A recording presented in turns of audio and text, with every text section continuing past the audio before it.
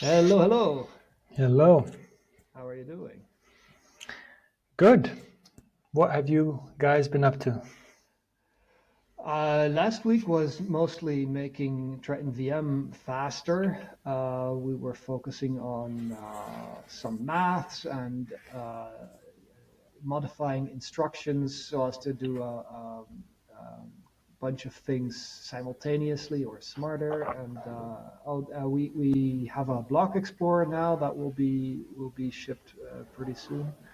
Um, Oh, and okay. That I've not heard about that before. Isn't well, that's like a web-based one? It's a web-based block explorer. Yeah.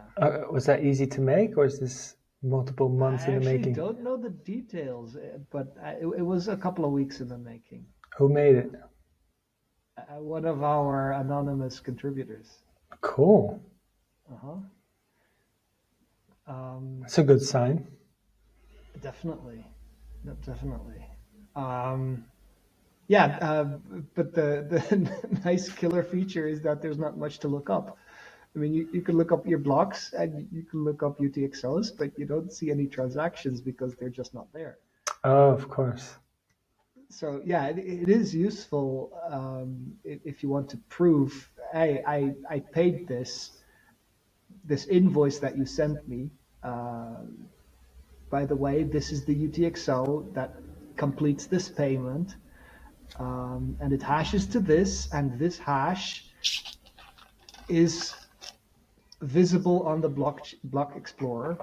It was confirmed in block number so and so, and then you add a link to the block explorer that proves that yes, that UTXO was in fact part of a transaction that was confirmed at some point, probably in that block.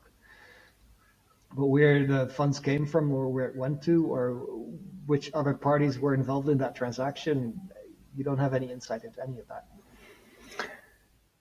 Can you show me how it looks like? Can I? Yeah, I think I'd rather not. It's still in All right. flux. Fair enough. And then the week before, we were mostly doing the same thing, but I also visited Neuchâtel to give a presentation to an audience of mostly Bitcoiners, where I was trying to sell them on Bitcoin. Excuse me, they were already sold on Bitcoin. I was trying to sell them on Neptune. And the argument was more or less that yeah, Neptune has a bunch of things going for it. It has a bunch of proficiencies, but Bitcoin is not perfect. It also has a bunch of deficiencies. And yeah, if you Yeah. like, we can talk more about that. Yeah, so you mentioned that you had one slide that summarized the pros and cons. So maybe let's go through those and then talk about those. Yeah. All right. In that case, maybe I should share screen. Select tab to share window. Perfect. That's it. Yeah, so this is my summary of Bitcoin's proficiencies and deficiencies. And in my eyes, Bitcoin's biggest selling point is its network effect, by which I mean that any merchant accepting cryptocurrencies as payment for their goods or services, they have to accept Bitcoin, otherwise they just don't know what they're doing.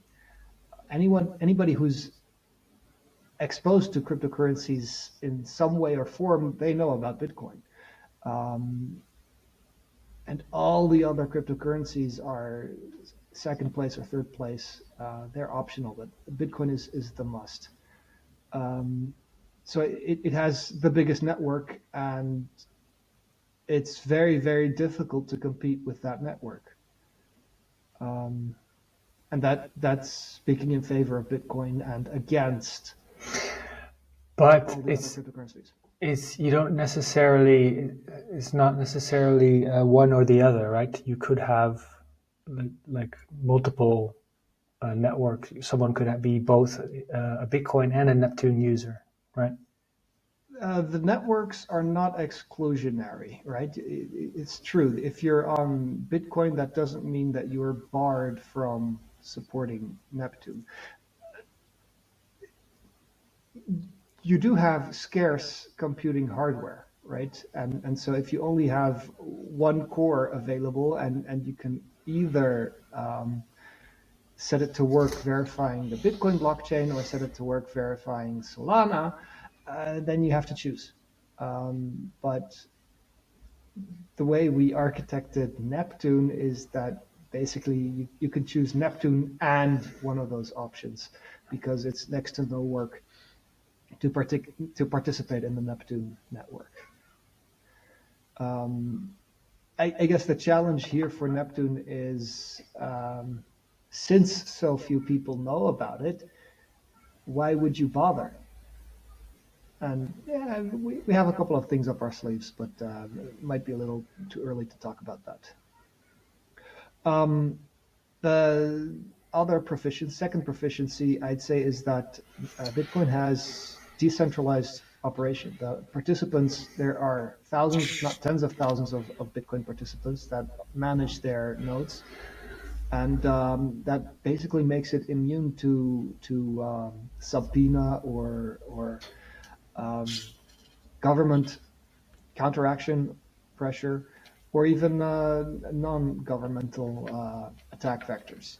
There's no single party to attack Right. in So a decentralized point of if value. you're intent on sort of Disrupting. torpedoing the network, then that's Hmm. just impractical, Yeah. Good luck. infeasible. Good luck. Every node is connected to 10 other nodes, more or less at random. Um, yeah. All right. Whereas for protocols that scale poorly, the only way to run a full node is on a supercomputer cluster. And well, then you either subpoena that supercomputer cluster or deploy a slightly more physical attack, as in causing a power outage in the right city, and then you can disrupt that network because there are only so few supercomputer clusters, and it, they might even be it might be possible to separate them, make them incapable of communicating with each other through network level attacks. All right, then another selling point for Bitcoin is that no one is in charge.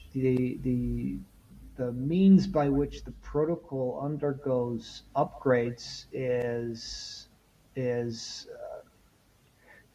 certainly grassroots. It's not. It's the opposite of top down, and in addition to grassroots, it's meritocratic in the sense that you make a proposal and you subject that proposal to the scrutiny of everyone who has a stake in the flourishing of Bitcoin.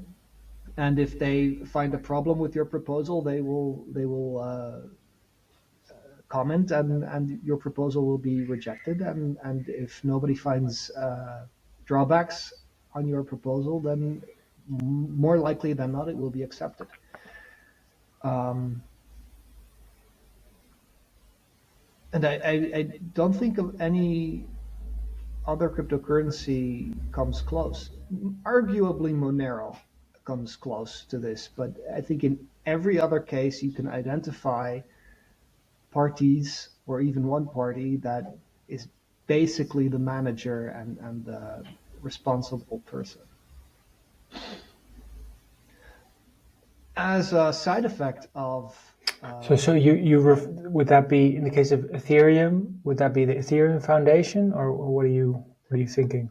I'm thinking of Ethereum Foundation, yes, and also Vitalik Buterin has a lot of weight to his opinions, for better or for worse. I mean, usually his opinions make sense, but I'm afraid that that gives him a lot of power, and I'm not comfortable putting a significant portion of my net wealth into Ethereum because that basically means that it's up to him what happens.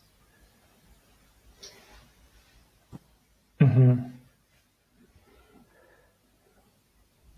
Another proficiency of Bitcoin is its conservatism, which is a side effect of the grassroots governance that has emerged, um, which basically means that they don't accept new upgrades unless there's widespread consensus.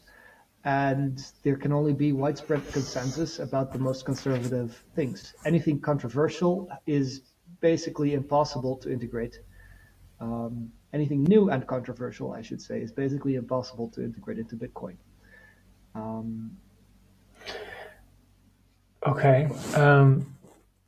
2 points. The founder of Signal, Moxie Marlin Spike, I believe is his name.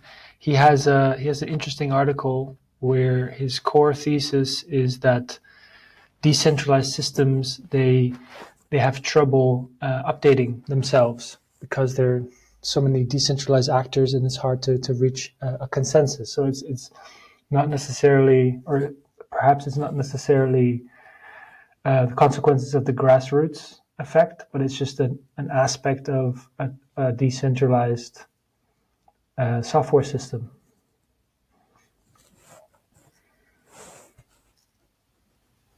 well, I think grassroots and decentralized is very, very, very close. So I'm not sure you could say it's not that, it's that, because these two things are so close. Uh, it sounded to me as though you were highlighting the fact that the conservatism is also a deficiency. This is the second point I wanted to make. Yeah. Right. Oh, you And do have it there on the other side. it is on the other column also. Yes. So just as um, just as I like putting a portion of my net wealth into Bitcoin precisely because of its conservatism, I know that the monetary policy of Bitcoin is not going to change, and that's a good thing. If I expect to have that portion of my wealth 20 years from now, 50 years from now. But at the same time, it makes it difficult for Bitcoin to adapt to changing circumstances, um, such as, for instance, if quantum computers come, just to name one example from the list of other deficiencies. But we were talking about the proficiencies. Um, Something that Bitcoin does not get nearly enough credit for is the low operational cost, the low cost of operating a full node. I'm running a full node on Bitcoin on my Raspberry Pi. It does have access to a solid state drive of 4 terabytes, but it's just that. It's a Raspberry Pi with a solid state drive and an internet connection. And it's very, very, very cheap. And very few blockchains actually come close. And I wonder why that is, because don't they target decentralized operation? All right. And then the next proficiency is the throughput capacity of Bitcoin, which is, it ties into a metric that VC types like to throw around. What's the TPS?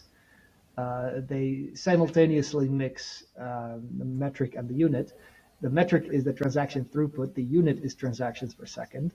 And the reason why they use this metric is because it's designed to make Bitcoin look bad. Because in actual fact, Bitcoin supports infinity transactions per second if you use the Lightning Network. There is such a thing as an on-chain transaction throughput capacity, but if you're just looking at which transactions go through, you have to count Lightning transactions. And in this respect, Bitcoin stands out head and shoulders above all of the competition. But it's not easily measurable. What happens on the Lightning Network? No. Does it need to be to substantiate the claim that the transaction throughput capacity is infinite?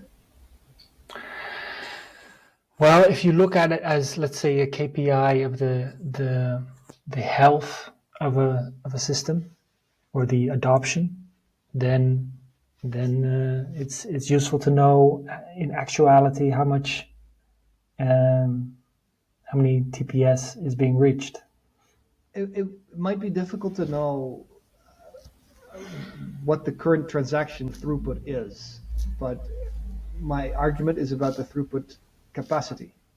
Mm-hmm. And the reason why I'm comfortable using this infinity symbol is because one Lightning transaction is not competing with another Lightning transaction for scarce blockchain space. And so they can both take place simultaneously. They are competing for liquidity, right? If I'm going to route a and payment to you and internet someone bandwidth. don't, and internet bandwidth, yes. I guess there is a theoretical upper limit that you can calculate based on the estimates of the available internet bandwidth. Yes. Um, so it's finite in theory. In Mhm. practice, it's infinite.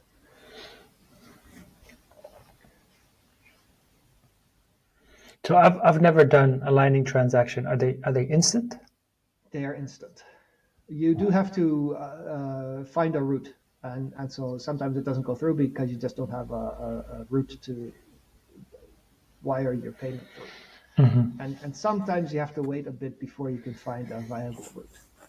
And every hop on that node needs to agree to their fee and so on. And so, But wouldn't couldn't you say that that should be included in the transaction throughput calculation?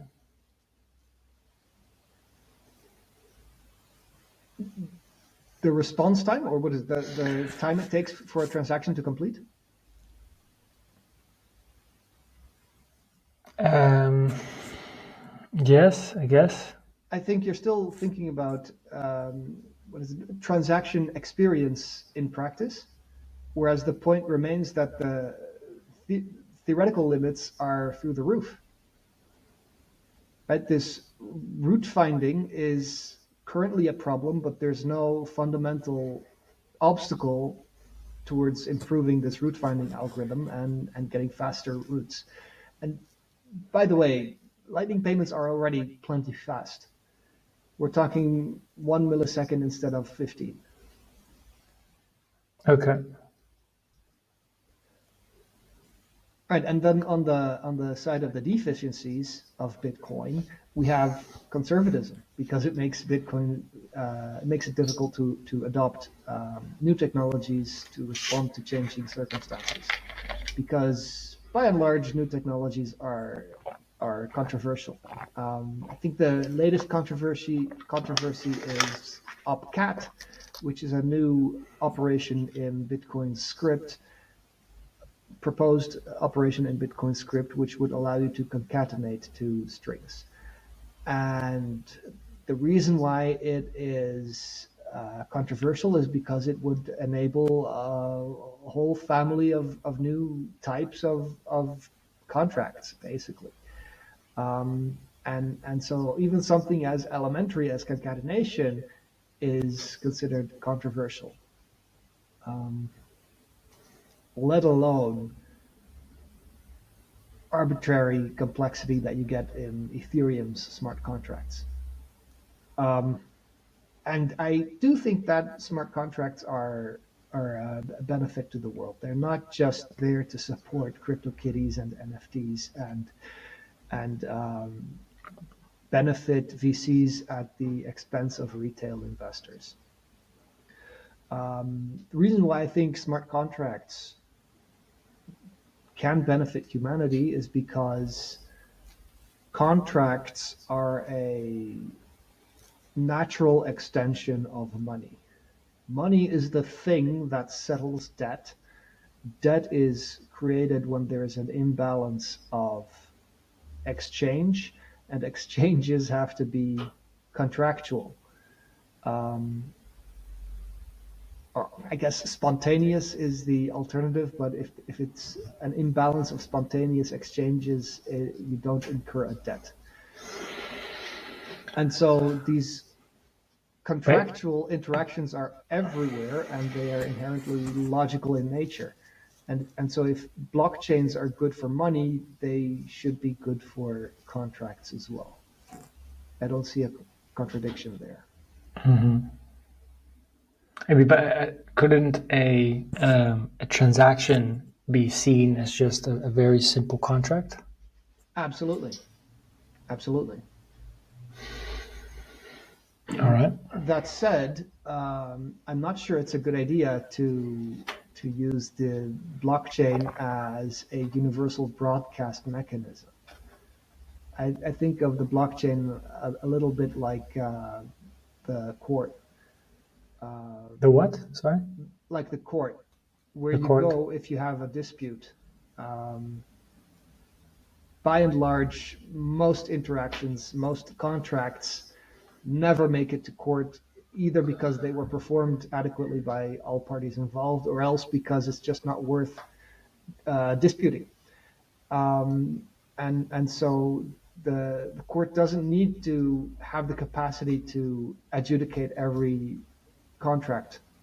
It needs to have a much smaller capacity for the relatively small number of contracts where disputes do matter enough um, to justify the cost in terms of money and time and effort to go to court. So I think Interesting. the right way to think of the blockchain is an alternative to courts, and not even one that displaces them, just one that supplements them, because courts are good with things that pertain to the real world, like houses and cars and what have you, and an increasing part of our lives these days is digital. It doesn't have a jurisdiction. You can't say where a digital asset lives. And so we need a natively digital court. And I think the blockchain is exactly that. All right. Next deficiency is quantum security. Uh, so the argument isn't that Bitcoin dies when there's a quantum computer, because I don't think it will. Um, if there's a quantum computer, Bitcoin probably will adopt post-quantum signatures, and people who want to can update their coins to the post-quantum signature scheme, and Bitcoin will survive. The point, though, is that if you update your coins to the post-quantum signature scheme after the quantum computer has arrived, then you risk being replaced by fee, in which case the quantum computer runs away with your bitcoins and you don't get anything. Um, and so you might argue that we need post quantum signatures beforehand. And the reason why that's unlikely to happen is because post quantum cryptography is controversial. The only thing that can make a compelling argument to adopt post quantum cryptography into Bitcoin, compelling enough to surpass the conservatism barrier, is precisely the advent of quantum computers. So I don't expect post quantum signature schemes to be supported by Bitcoin before quantum computers come. But then, how do you square that with the belief that Bitcoin will survive? Well, people will continue to hold and trade Bitcoin. They might need to risk losing it, but Bitcoin will continue to be mined afterwards. Oh, so you think if the quantum computer gets invented, then it will be invented. Bitcoin will respond afterwards by introducing these quantum resistant keys. People will switch to those, at least some, and the other accounts will be sucked dry. The other accounts will be sucked dry. That's exactly the point. And they will be sucked dry by the quantum attacker. who has every incentive to repay his investors before the runner-up in the race to build the quantum computer. Yeah, that's Everything is so very unstable. interesting. Sounds like And something and from a so sci-fi movie. yeah. And so from my perspective, there is a wall of supply waiting the markets, awaiting the markets. And so I think the in the event of a quantum computer, the price will tumble. And the reason why I don't think Bitcoin is going to die is because it's survived price tumbles before. And so after a while, the price will climb back up again. Um, the reason why I think Bitcoin has a big problem is, well, because this price movement is going to happen, but more fundamentally, if you want to make a high value transaction that has a rapid gain of finality, as in the longer you wait, the more difficult it is to overturn that transaction. At some point, you cannot rely on Bitcoin anymore because quantum computers have destroyed the incentive for miners to mine Bitcoins. And so they will switch off their Bitcoin miners and turn on something else, something perhaps that mines Neptune or something that is likewise quantum secure. Hmm. And so I think quantum computers might not be the death of Bitcoin, but it might be the point where Neptune flips Bitcoin.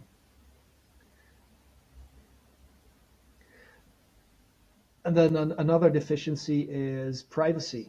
Um, and sometimes Bitcoiners say that, yeah, we have privacy through the Lightning Network, and yeah, I guess you do, but the Lightning Network, you don't use the Lightning Network for large transactions. Isn't there like 5 Bitcoins in total tied up in the Lightning Network? If you want to transfer, if you want to make large transfers, you want to use on-chain finality. And in that case, you don't get any privacy from the Bitcoin blockchain. But if the transaction throughput capacity is unlimited, then um, you could support. And if it really is private, then would you not have privacy through the Lightning Network eventually? So the transaction throughput that I listed on the left is the number of transactions per second. It's not the volume. The volume traded is limited, firstly, by which volume is locked into the Lightning Network. Secondly, by the supply of Bitcoins. And thirdly, it matters on which side of the channel Lightning Network liquidity in the form of Lightning Network Bitcoins is. If I make a large transaction to you, then all the channels are maxed out in one direction. And yeah, that's a limitation of the Lightning Network, I'd say. It's because the Lightning Network is made for small transactions, or at least right now it's made for small transactions. Could you, in principle, extend that to larger transactions? I don't see why not. Um, Food for thought. Okay.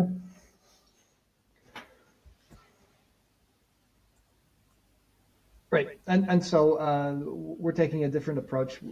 We're trying to build in privacy on layer one, in addition to supporting a Lightning network on top of Neptune, because Lightning is fantastic. But we don't want people to lose privacy the second they try to make a too large transaction. And the last deficiency that I identified was simultaneously the thing that Bitcoin stands out head and shoulders above its competition. Well, one of the things, uh, the last deficiency is also a proficiency. It's the low operational cost. Yes, you can run a Bitcoin node on a Raspberry Pi with an SSD, but you still need a Raspberry Pi and an SSD, and you need to download a whole bunch of data. And by the way, my Raspberry Pi is constantly at 60 degrees Celsius or something. It's too hot to touch.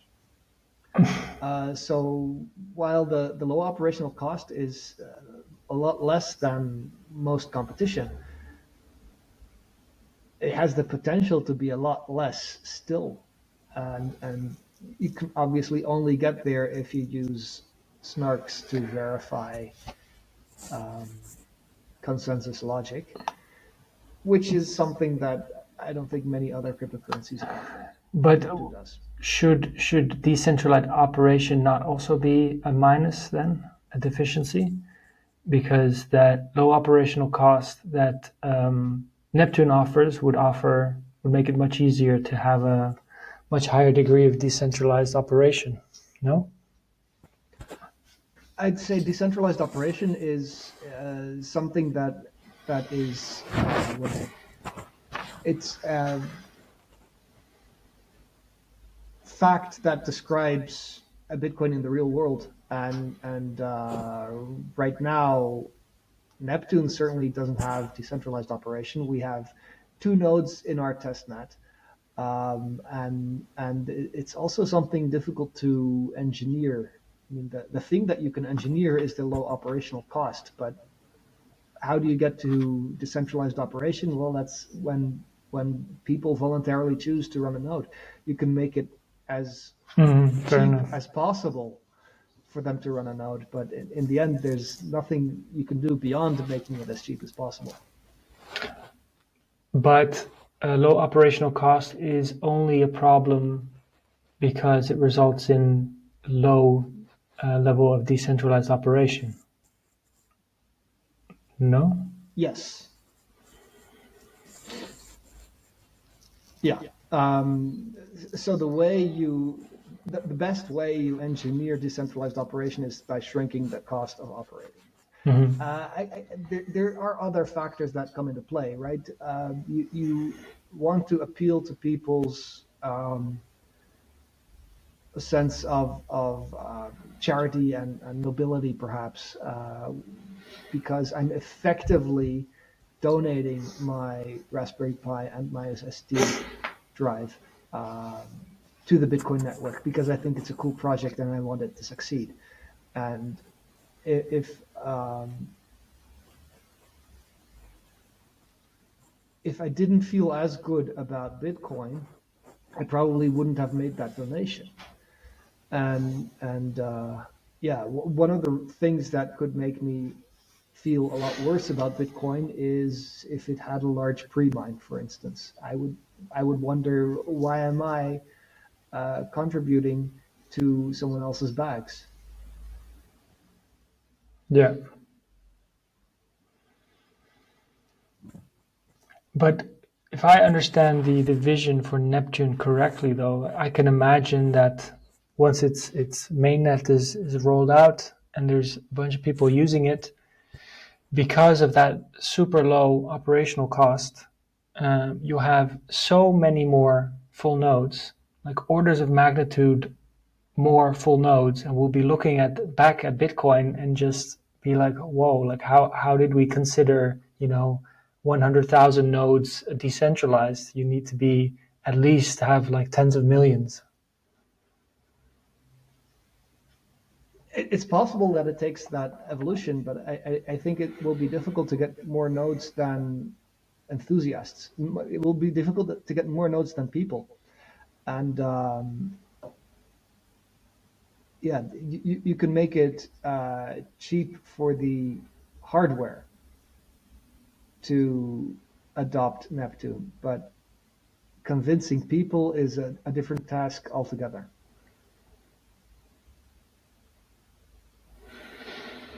Yeah, I mean, could come built into certain types of software, into browsers and that kind of stuff. Absolutely, yes, and because it's so cheap to run a full node, down the line, I expect browsers to ship natively. Why would you install only Bitcoin? If you're installing Bitcoin anyway, you might as well run a Neptune node on the side. It's not like you're going to notice anything if you dislike it. maybe Yeah. larger bandwidth being consumed. So you might get a higher bill from your internet service provider. Yeah, it kind of reminds me of people that donated their idle computer time to this SETI alien search type of stuff, and then I mean, if it cost even less than that, right? So I could Yeah, imagine some crazy college students installing it on all computers at a campus or something like that. indeed, Cool. indeed. All right, that was my list of proficiencies and deficiencies of Bitcoin. And how did it land with the audience? They certainly didn't agree with everything, but they definitely wanted to hear what I had to say, and we had more of a back and forth than I'm accustomed to um, in the course of presentations. Most of my presentations are one-way communication, whereas they kind of challenged me on some points, And which was where did nice. you get pushback? Quantum security mostly, actually.